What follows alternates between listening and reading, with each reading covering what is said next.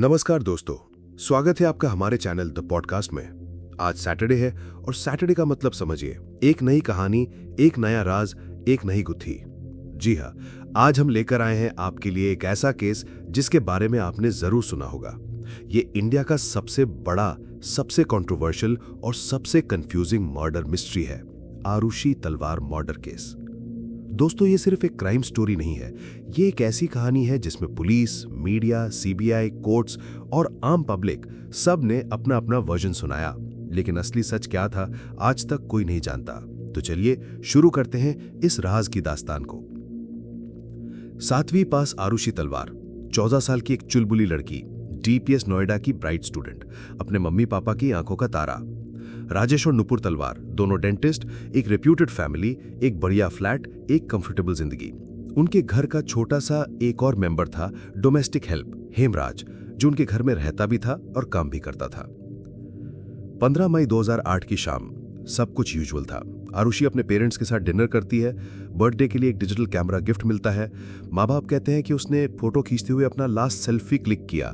उस रात तक सब नॉर्मल लग रहा था, लेकिन कुछ ही घंटों बाद उस घर के अंदर होने वाला था एक ऐसा हंगामा जिसका असर आज भी लोगों की यादों में ताजा है। 16 मई की सुबह तलवार फैमिली की दुनिया उलट गई।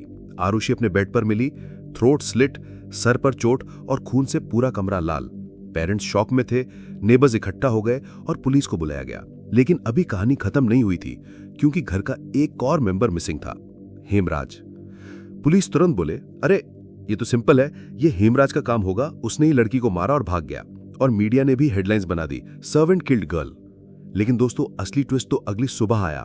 17 मई को टेरेस का दरवाजा खोला गया और वहां मिला हेमराज का लाश, बिल्कुल वैसे ही थ्रोट स्लिट और हेड इंजरी के साथ।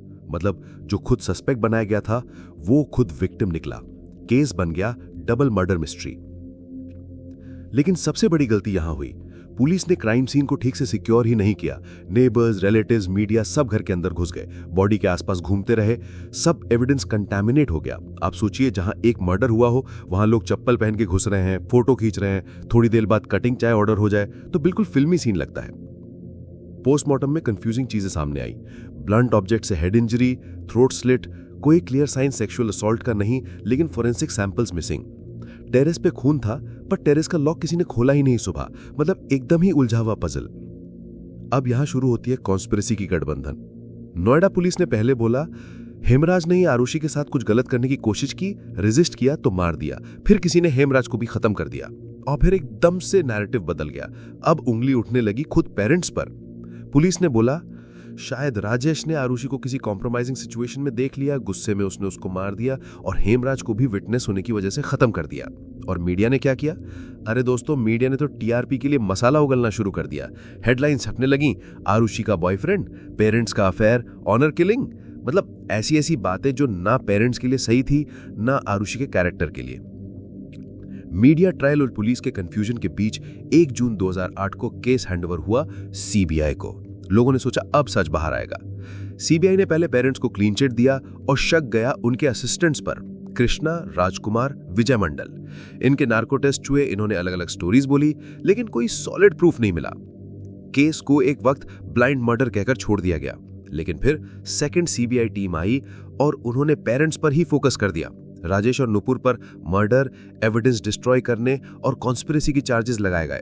सीबीआई की थ्योरी यह थी कि राजेश ने गुस्से में गोल्फ क्लब से हेड इंजरी दी, फिर थ्रोट स्लिट किया और सब सीन को स्टेज करने की कोशिश की। अब सुनने में बड़ा सिंपल लगता है, लेकिन असली प्रॉब्लम यह थी कि कोई डायरेक्ट प्रूफ था ही नहीं। ना फिंगरप्रिंट्स, ना डीएनए का मैच, ना आई विटनेस। सब सर्कमस्टेंशियल एविडेंस पर केस चल रहा था। पब्लिक 2 कैंप्स में बट गई। एक तरफ लोग बोले पेरेंट्स इनोसेंट है और पुलिस, सीबीआई ने गलत फ्रेम किया है। दूसरी तरफ लोग कहते पेरेंट्स ही किलर हैं, बस उनके पास पैसा और पावर था केस को घुमाने का। और बेचारी आरुषि, उसकी कैरेक्टर असैसिनेशन होती रही टीवी पर, उसके फ्रेंड्स, प्राइवेट चैट्स, ईमेल्स सब टीआरपी के लिए पब्लिक किए गए। तो दोस्तों, 2008 के 2 दिनों ने एक फैमिली की जिंदगी को पलट कर रख दिया।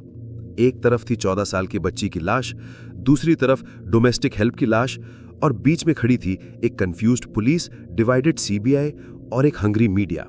अब शुरू होता है कहानी का दूसरा हिस्सा, कोर्टरूम का हंगामा, सीबीआई की कॉन्ट्रडिक्शंस और वो फाइनल वर्डिक्ट जिसमें एक तरफ पेरेंट्स को कैद हुआ और फिर उन्हीं को निर्दोष भी कहा गया। तो चलिए चलते हैं कोर्टरूम के अंदर। सलाम कोर्ट। जज की कुर्सी पर बैठते ही माहौल एकदम टेंस। एक तरफ राजेश और नुपुर तलवार अक्यूज्ड एज पेरेंट्स, दूसरी तरफ सीबीआई के लॉयर्स, मीडिया के कैमरास बाहर घूम रहे हैं और अंदर अवाम की सांसें अटकी हुई हैं। सीबीआई के लॉयर ने अपना केस पेश किया। माय लॉर्ड, ये ऑनर किलिंग का केस है। पेरेंट्स ने अपनी बेटी को कॉम्प्रोमाइजिंग सिचुएशन में देखा, गुस्से में उसे मार दिया और विटनेस होने के वजह से हेमराज को भी खत्म कर दिया। राजेश और नुपुर के लॉयर्स खड़े हुए। My lord, this is a complete travesty of justice. No fingerprints, no DNA, no direct witness. सिर्फ सर्कमस्टेंशियल कहानी बनाई गई है। अगर ये पेरेंट्स गिल्टी होते तो टेरेस का दरवाजा सुबह पुलिस को क्यों नहीं दिखाते? कोर्ट में एक के बाद एक गवाही हुई। डॉक्टर्स, फॉरेंसिक एक्सपर्ट्स, नेबर्स सब बुलाए गए, लेकिन हर गवाही के बाद एक सवाल बचा रहता, असली किलर कौन था? 25 नवंबर 2013, गाजियाबाद की सीबीआई कोर्ट। जज श्यामलाल ने अपना फैसला सुनाया। The parents are guilty. Rajesh Talwar और नुपुर तलवार, you are convicted for the murder of your daughter Arushi and servant Hemraj. You are sentenced to life imprisonment. Courtroom में साइलेंस छा गया। मीडिया ने तुरंत हेडलाइंस छाप दी, parents convicted in Aarushi case. आम जनता के लिए ये एक सेंसेशनल ट्विस्ट था। बेटी के कातिल खुद माँ बाप। राजेश और नुपुर रो पड़े। उन्होंने बोला कि हमारी बेटी हमारी जिंदगी थी, हमने उसे पाल पोस कर बड़ा किया, हम उसके कातिल कैसे हो सकते हैं? लेकिन कोर्ट के फैसले के सामने उस वक्त उनकी कोई नहीं सुन रहा था। उन्हें जेल भेज दिया गया। लेकिन दोस्तों, कहानी यही खत्म नहीं होती। 2013 के वर्डिक्ट के बाद भी डिबेट चलती रही। लोग डिवाइडेड थे। कुछ लोग कहते थे तलवार गिल्टी हैं, कुछ कहते थे उन्हें फंसाया गया। और फिर आई इलाहाबाद हाई कोर्ट की घंटी। अक्टूबर 2017, हाई कोर्ट ने अपना फैसला सुनाया। There is no conclusive evidence against the Talwars. They can not be held guilty merely on suspicion. Benefit of doubt goes to the accused. बस कोर्ट ने उन्हें अक्विट कर दिया। जेल के गेट खुले, राजेश और नुपुर बाहर आए, मीडिया कैमरास फ्लैश हुए और केस एक नई डिबेट छोड़ गया। दोस्तों, आप समझ रहे हो, एक तरफ सीबीआई कोर्ट ने कहा पेरेंट्स गिल्टी और दूसरी तरफ हाई कोर्ट ने कहा एविडेंस ही नहीं है। मतलब इंडिया की जस्टिस सिस्टम के अंदर कितना बड़ा गैप है, ये केस उसका एक परफेक्ट उदाहरण बन गया। मीडिया ने पहले पेरेंट्स को विलन बनाया, फिर उन्हें विक्टिम बनाया। आम जनता आज भी कंफ्यूज्ड है कि क्या पेरेंट्स सच में इनोसेंट थे या हाई कोर्ट ने सिर्फ लैक ऑफ एविडेंस की वजह से छोड़ दिया। और असली सवाल, आरुषि और हेमराज के असली कातिल कौन था? ये सवाल आज भी एक राज है, एक मिस्ट्री है जो शायद कभी सॉल्व ना हो। तो दोस्तों, ये थी आरुषि तलवार मर्डर केस की कहानी। एक ऐसी कहानी जिसमें मर्डर मिस्ट्री से ज्यादा कंट्रोवर्सीज थी, जिसमें सबके अपने अपने वर्जन्स थे, लेकिन सच अब तक धुंधला है। अगर आपको ये एपिसोड पसंद आया हो तो प्लीज लाइक, शेयर और हमारे चैनल द पॉडकास्ट को सब्सक्राइब जरूर करें। ये हमारे लिए सबसे बड़ी मोटिवेशन है।